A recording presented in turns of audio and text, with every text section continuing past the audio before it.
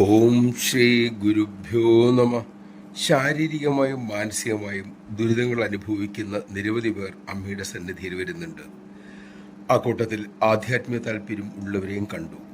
അത് കണ്ടപ്പോൾ അമ്മയുടെ മകനായ ഒരു സാധുവിന് വലിയ സംശയം. എന്തുകൊണ്ട് ഈശ്വരനെ തേടുന്ന പാതയിൽ പോകുന്നവർക്കും മാനസിക ശാരീരിക ക്ലേശങ്ങൾ ഉണ്ടാകുന്നു? അവസരം കിട്ടിയപ്പോൾ അദ്ദേഹം അമ്മയോട് ചോദിച്ചു. അമ്മ അരുളി, മോനെ, സാധകന്റെ മനസ്സും ശരീരവും പരിമിതമാണ്. അയാൾ സാധനയിലൂടെ പ്രപഞ്ചശക്തിയുമായി ബന്ധപ്പെടുകയാണല്ലോ.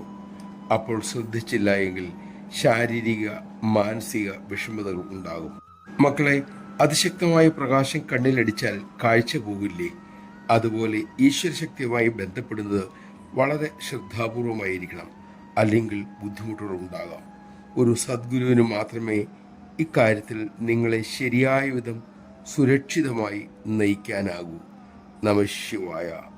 ആധ്യാത്മികതയിലെ യഥാർത്ഥ ധനം ആത്മാർത്ഥതയാണ്, സരളതയാണ്.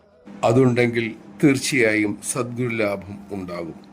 ആ സദ്ഗുരു സുരക്ഷിതമായി ഈശ്വര സന്നിധിയിൽ നമ്മെ എത്തിക്കുകയും ചെയ്യും.